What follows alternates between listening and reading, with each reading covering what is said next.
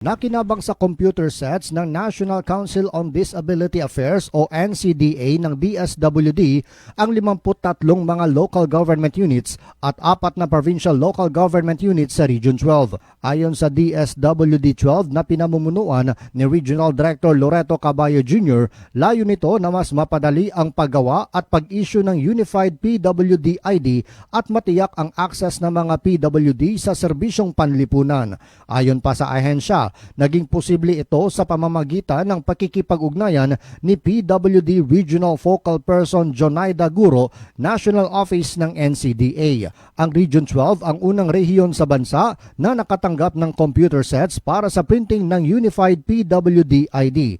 Ang mga focal persons at piling benepisyaryo ay sinanay din ng DSWD sa paggamit ng mga ipinamigay na computer. Layo nito na matiyak ang kaayusan sa pagpapatupad ng Unified PWD ID system sa mga LGU.